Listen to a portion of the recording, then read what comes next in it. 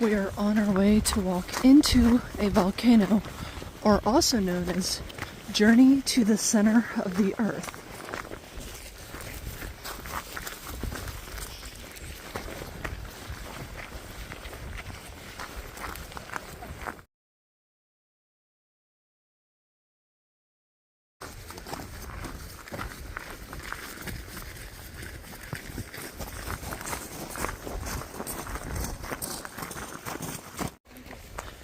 How did the Vikings cross this?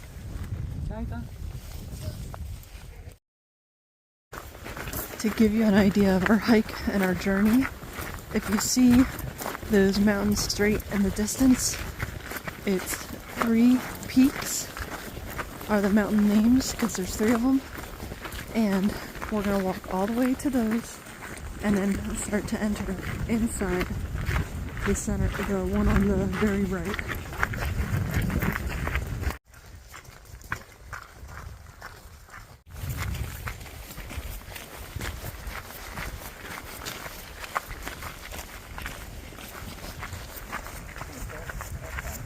It's about a 3-kilometer walk, I think they said, or about a 45-minute hike. Now don't worry, I won't make you watch all 45 minutes. But here comes a bridge.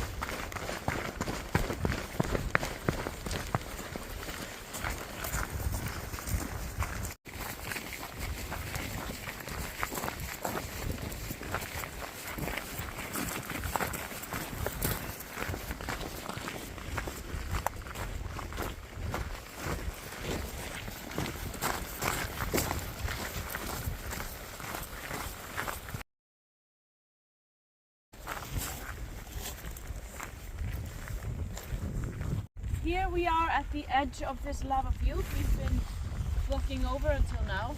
Take a look behind you, especially, you can see a very clear kind of edge. This is just where it flowed to and eventually ended up being. But what takes over is something it flowed over at the time.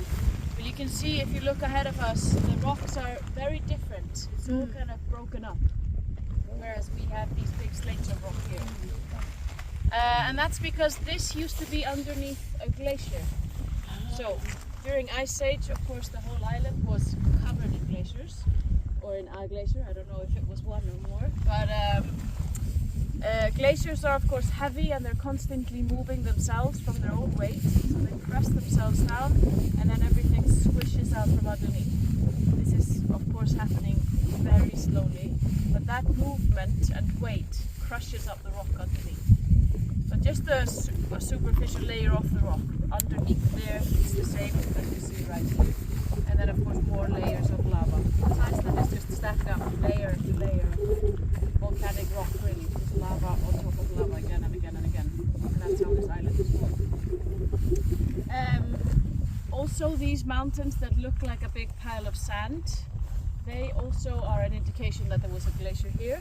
So these are formed with eruptions underneath the glacier. And of course we still have that going on in Iceland. We still have glaciers, we still have volcanoes or volcanic activity underneath some of those glaciers. And that sand, it's called tuff, that is kind of rock, whereas this is basalt. But tuff is formed with these eruptions. So what happens is, of course, the lava comes out, there's a glacier in the way, starts melting the ice, forming steam, and the steam explodes and shatters the lava and forms this almost sand-like material, or ash, that's pressed together by the weight of the glacier while it's still warm, forming this kind of rock. But then, of course, some of these eruptions, they can eventually reach the surface of the glacier itself, and that's something that happened in 2010. Does anyone remember that eruption? There was a huge disruption to the air traffic in Europe. Not just disruption, it stopped all air traffic in Europe for 10 days. Because that was an eruption underneath the glacier as well. So it ended up reaching the surface of the glacier, breaching the surface, and then this huge ash cloud comes exploding out. And that ash can ignite engines of airplanes. So that's why they needed to stop all air traffic. Because that ash kind of just blew with the wind over all of Europe. We were fine here. We just flew to America or somewhere around this volcanic activity, but because the airport is very far away from that eruption. But then, of course, we've had eruptions recently in 2021, and then every year since then, even this year as well, close to the airport, and to the Blue Lagoon. And then people, of course, think it's something dangerous and it's so close, but it's a very different kind of eruption. It just opens up the fissure, which comes bubbling out. Of course, it has disrupted life close to there. We've evacuated a whole town because of it, but it's not at all the same kind of eruption as had happened in 2010, because it just comes bubbling out, and then the lava is just flowing on the surface, which is something that happened right here, over there as well. And you can see this bowl shape over there. It's all through the same kind of eruptions. Alright, let's continue.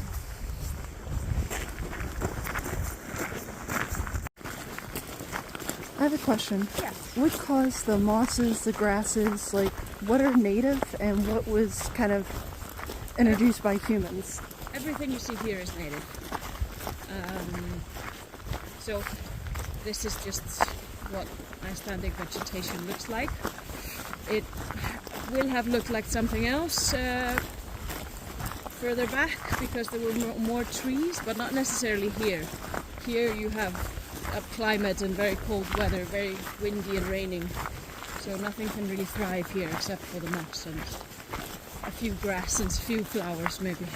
I've noticed you have, it looks like clover, possibly? Not here. There's no clover here. Oh, okay. But there are, of course, clovers in Iceland, both white and they have these white flowers and then pink flowers as well. But I think the pink flowers were introduced from outside. Okay. Interesting. Thank you. Yeah, you're welcome. This is one of the flowers she was mentioning.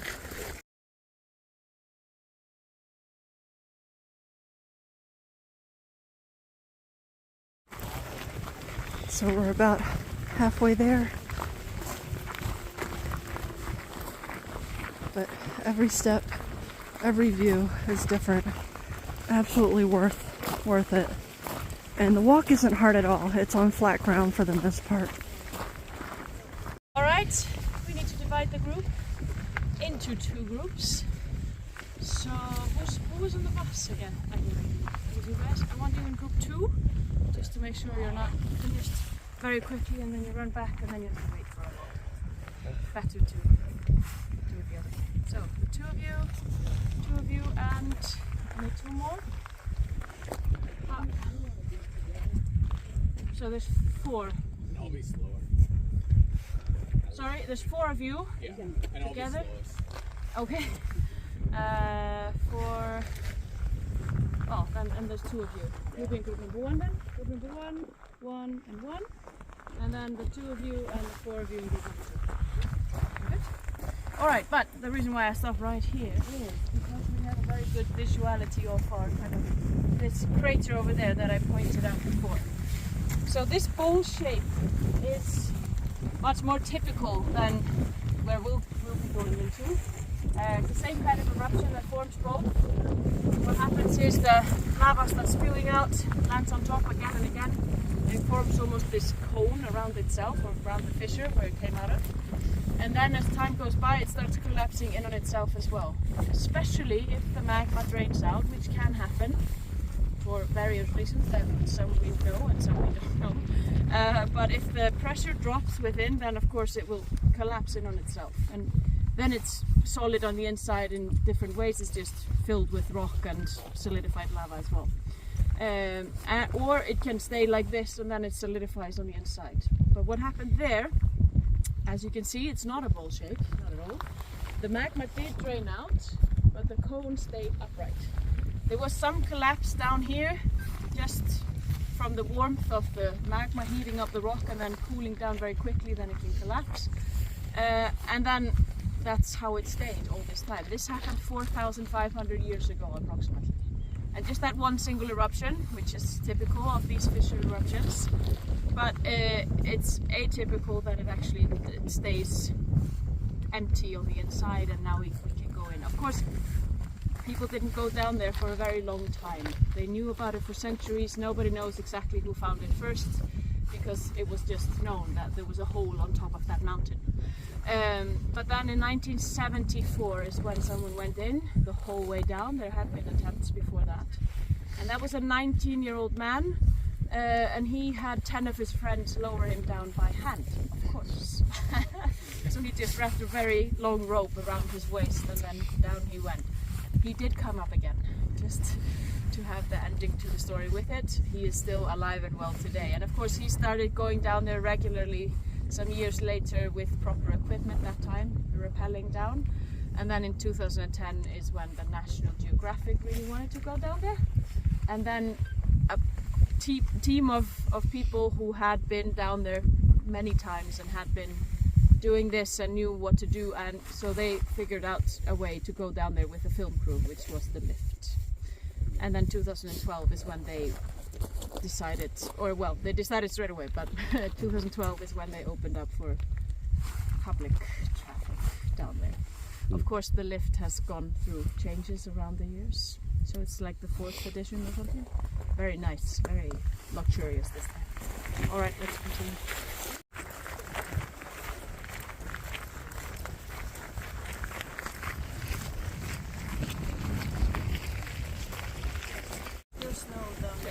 Still snow? Oh, there is still snow! Oh, it's very hard to see. Oh my gosh. So cool. Wow. Oh, look at this side. So this is just a crevasse that opens up. It's not just the movement of the tectonic plates. So of course we've got plenty of those, a few of those here and there, just along the Atlantic Ridge where these tectonic plates are moving up. They're really just like so Iceland does grow still, it's still growing, the tectonic plates are still moving apart, so it grows about 2 centimeters every year, which is this much. So we're so getting larger all the time. But of course these, I mean, sometimes there might be an eruption at some point in 100 years, 200 years, 1,000 years or 10,000 years, who knows? Right here, and then of course this will fill up as well. And that's the case with many of these, but we have some of these still visible on the outside. There's one big one in Þingvellir, the national park. You might have been there already, or if you haven't, then I'm sure you will, because it's on the Golden Circle, or in the Golden Circle. So yeah, there you have this much bigger divide, so that's an older crevasse than this one. And of course there's a river in between in one spot called Silvra. Very beautiful. Alright, but we have our base camp up ahead. You can see there's an incline to it, of course, because we're going on top of a mountain. The base camp is in that line there, just between the 2 peaks there. But I know we can't see it, but I promise you it's there. Now it's time to start heading uphill. This is the little one compared to the big one up further. We'll first stop at base camp before we make our way up. They take you in 2 to 3 groups. We're in group 2, so we get the rest for a bit before we go hike up the mountain. To these hard to pronounce mouthfuls. So this one, if you bring it up, 3 means 3, Nuka means peak, Gígur means crater. So you probably saw the 3 peaks coming in. So that's the namesake of this volcano, 3 Nuka Gígur, the crater of the 3 peaks. And this would be where we are. And the last leg of your uphill hike is going to be up here. You're going to go in two groups. Grima already split you up into groups, is that right? So you'll go, first group goes up with Grima, and then the next group goes up with your guide Katrin. We'll at about a 15-minute interval.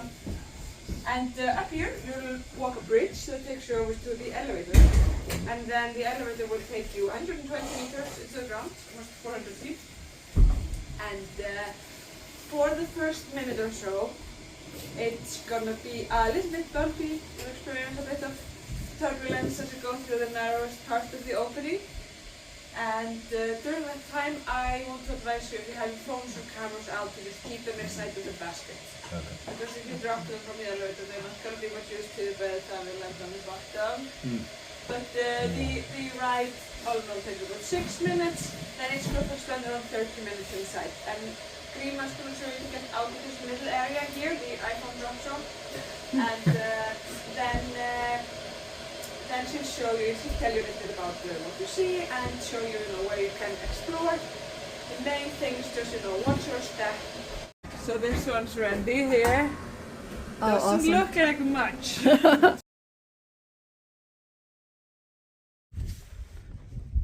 This is just a walk around.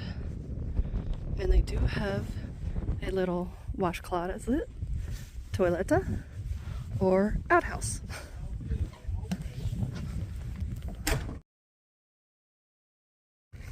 We are all geared up and ready to go into the cave, or should I say volcano.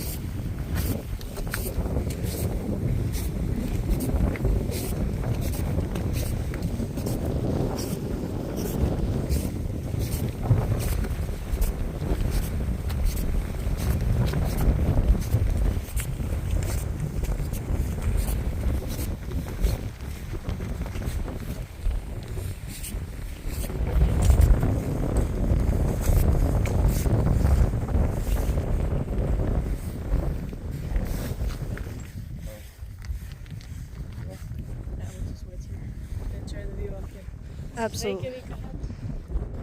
Wow, that's Reykjavik.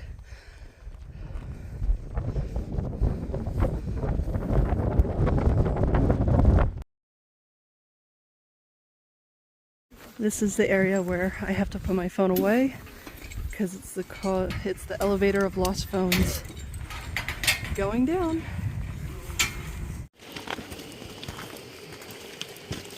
Use the lights just later on. I'm gonna talk to you for a bit before you start exploring. Come over here. She wants to. Oh, sorry. So that we're out of the middle here. Okay. So, welcome into Trímóðaheystad. I'm gonna tell you a little bit about the space, but first I'd like to mention it's sometimes a bit disorienting down here.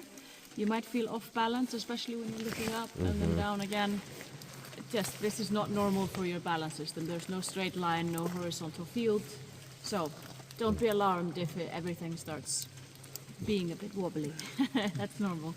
But it just means you have to be mindful of it and then make sure you have a stable spot to stand on when you're looking. All right, now this all formed in one single eruption 4,500 years ago. Well, that's to say this space formed in that eruption. But of course it was only the first 40, maybe 50 meters you were traveling through. That's the peak itself that you hiked up from base camp. And that's what came out of this eruption 4,500 years ago. But then after that you're moving through older and older layers that the magma had to burst open to get through and go all the way to the surface. So we are almost like moving through time down here. Of course, this was all rock solid at the time before the eruption took place. So you can just imagine the power it takes to rip open the ground like this. Then if you take a look up there, you can see that there's this oblong shape. That's the fissure itself. And then you've got this dome shape, and that's where there was a collapse, as I told you about before. So the collapse happens just right after the magma has drained out, or while the magma is draining out even. And then, of course, the rock is still warm, and then it cools down and the pressure drops, and then there can be a collapse. But after that, it's been very stable, very minimal rockfall in here.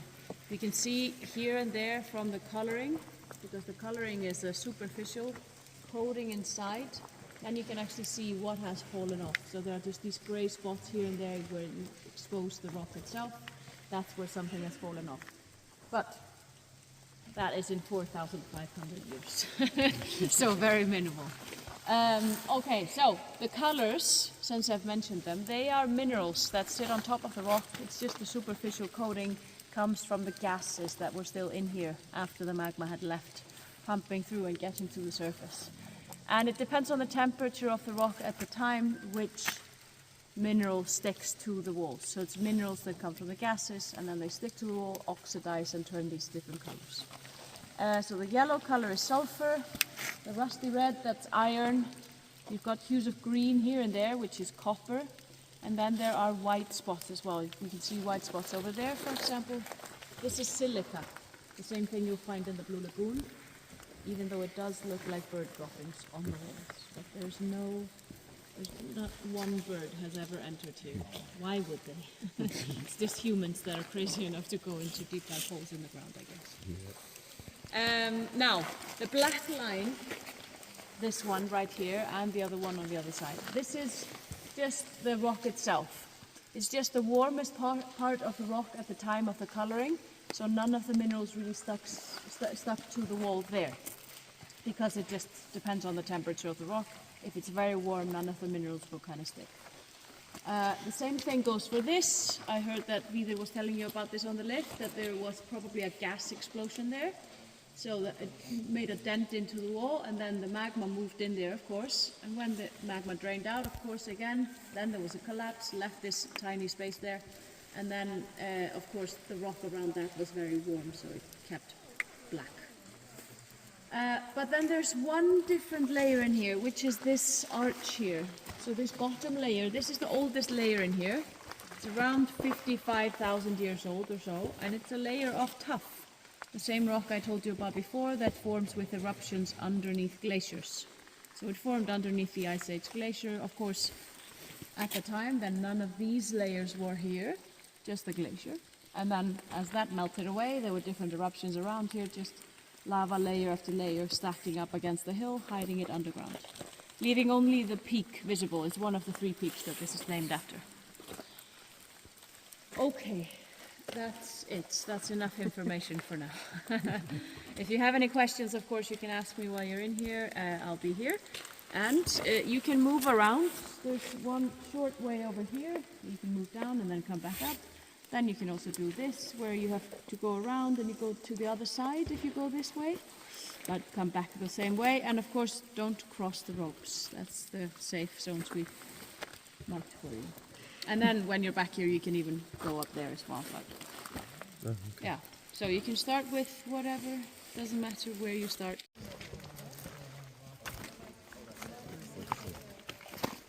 Wow.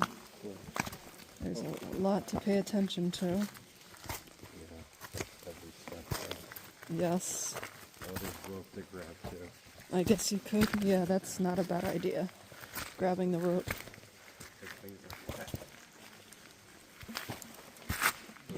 It is very slippery. Yeah. Hiking shoes are absolutely recommended. Wow, look at that. Just go deeper and deeper. I wonder if I should... Oh my gosh, it just keeps going. It's just a little drizzle in here. Look how beautiful. Is it the biggest cave you've ever done? This is the biggest opening of a cave I have ever been in. But, oh my gosh. Every section, I'm just gonna give you a little circle view of the whole thing and then look up. Wow. I'm like bending 45 degrees backwards trying to do that.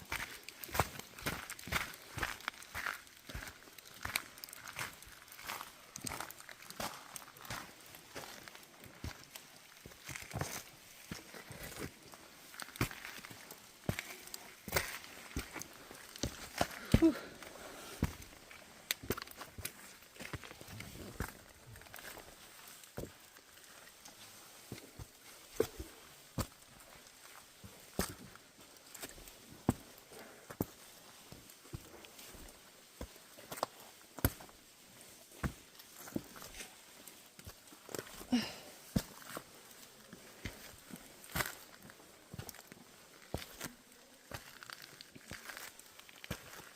Alright, I'm gonna stand right here. Let's check out the next view. Wow.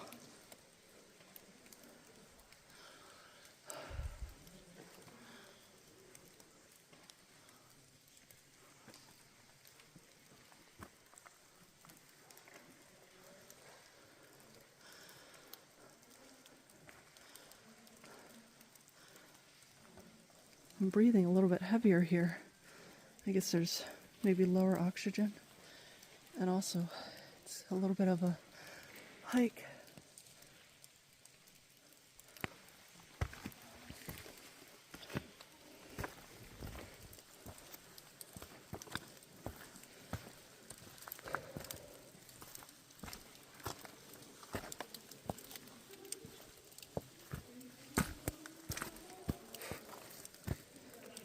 This is a doozy.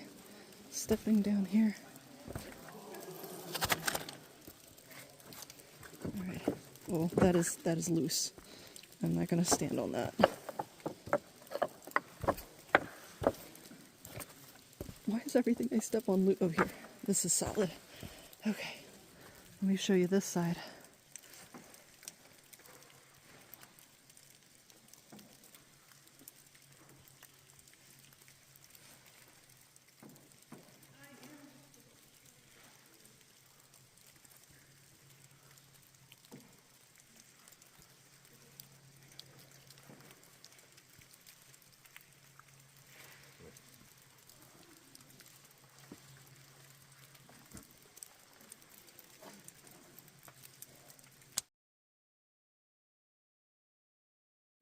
You can see people.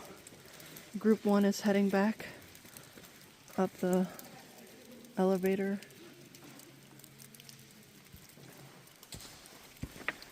I'm gonna walk back up here.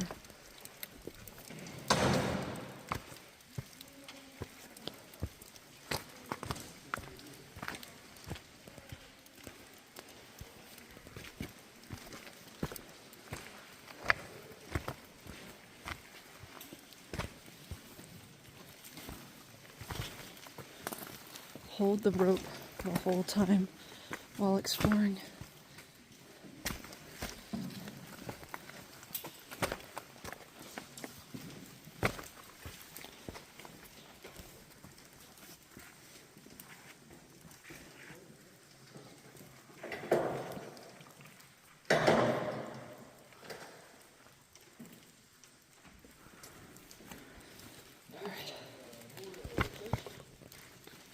Camera's going to be a little rickety, but I'm just trying to find good steps.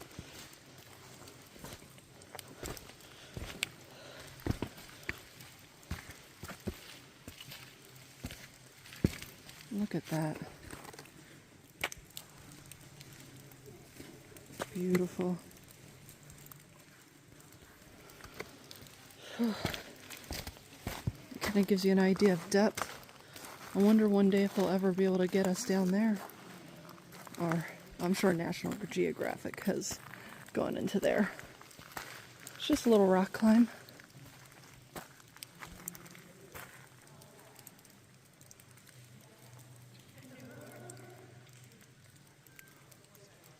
Alright, I heard this is a popular photo spot. An spectacular view up. So, I'll make my way down over here.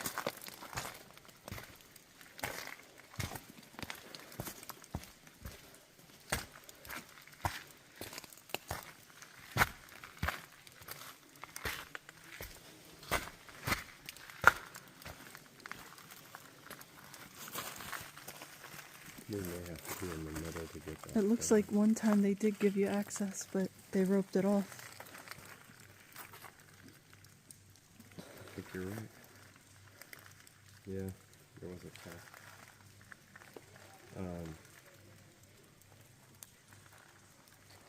I think in the middle, Alyssa, might be where we can. Right, get that photo. Yeah.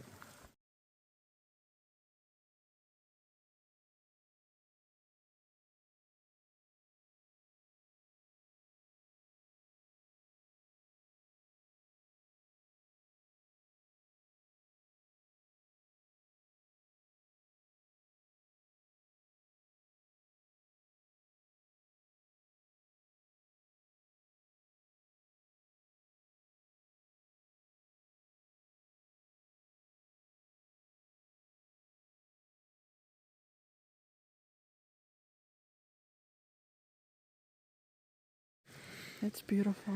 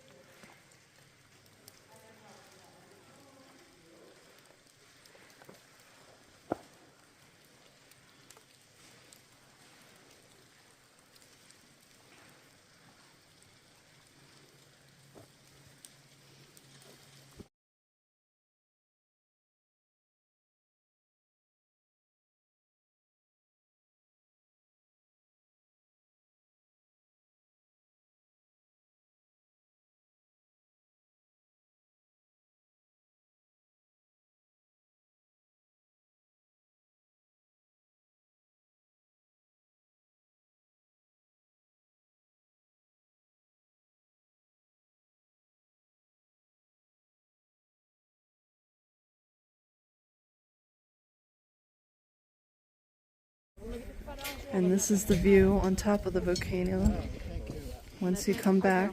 My hands get cold, and I think I got mostly blood in them.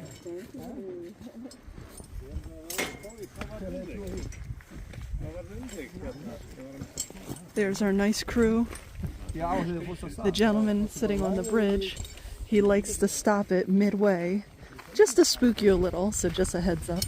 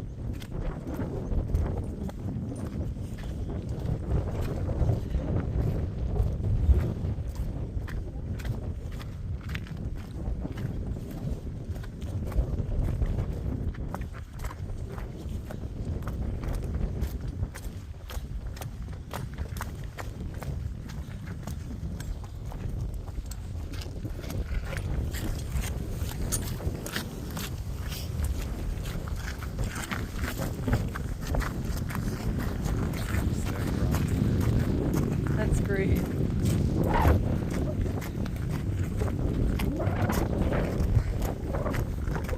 The gentleman running ahead was our guide, one of our guides. I think he wants his soup. So now we get lamb soup, tea, coffee to enjoy and warm up.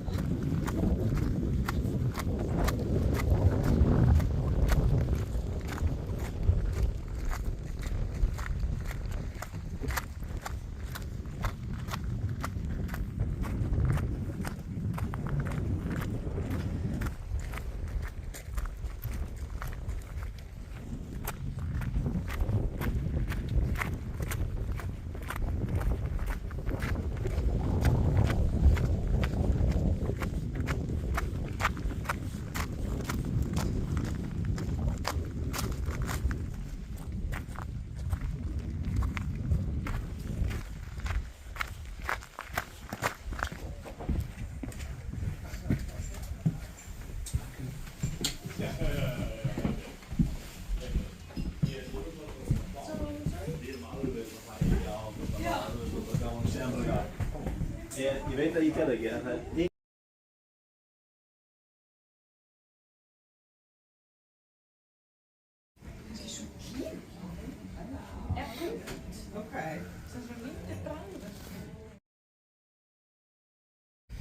After enjoying some soup, you can take a 3-minute hike to the bubble, they call it.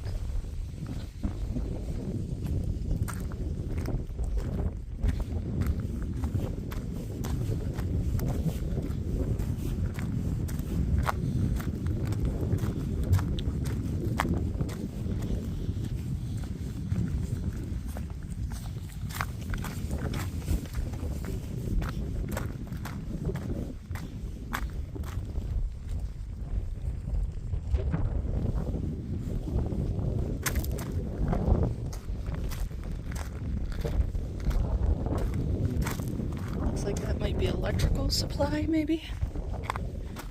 Not quite sure.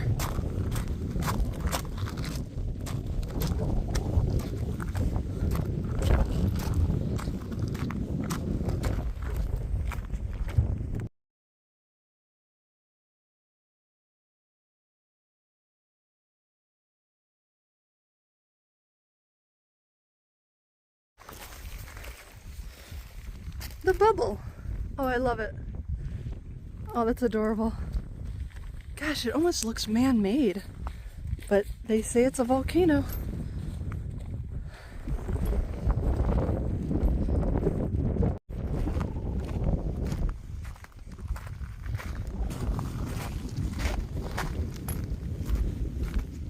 Sweetie. Oh, more bubbles.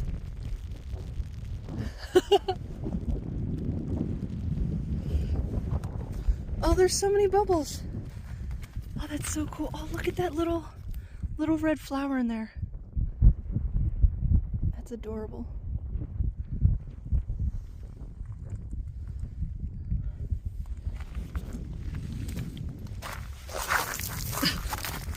I lost my footing.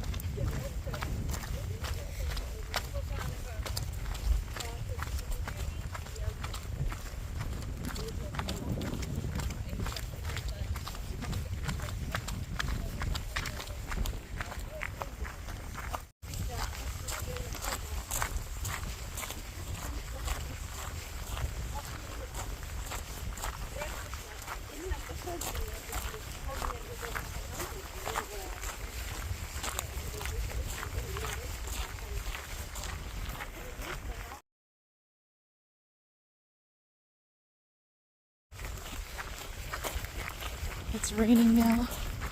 You can see in the distance.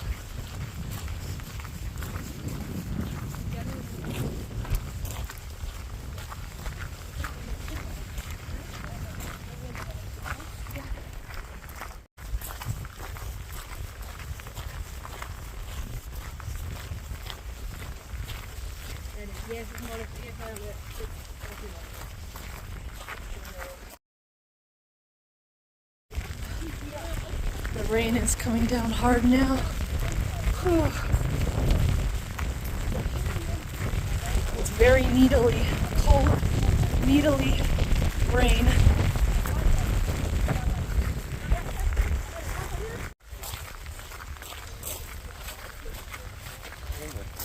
It's still raining, but the sun is out.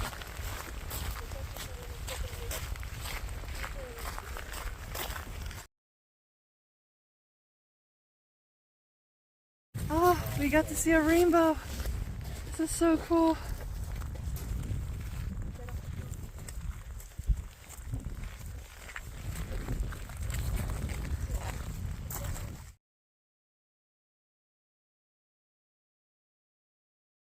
There's actually a whole rainbow. Look how beautiful that is. Well, you can't see it close up, but coming out further. Wow, that's fantastic.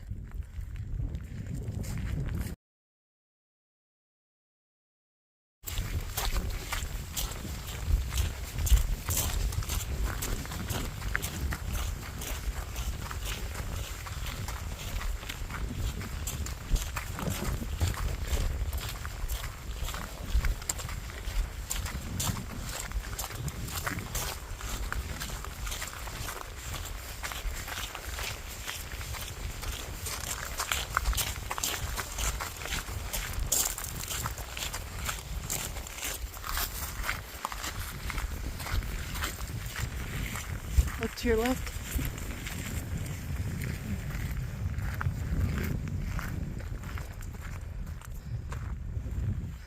That's where we came from, the third mountain on the right.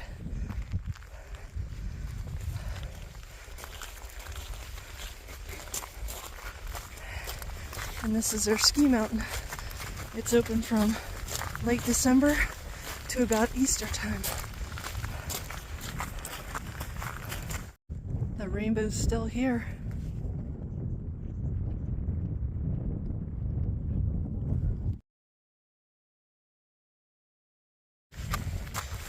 And that is where we started our journey.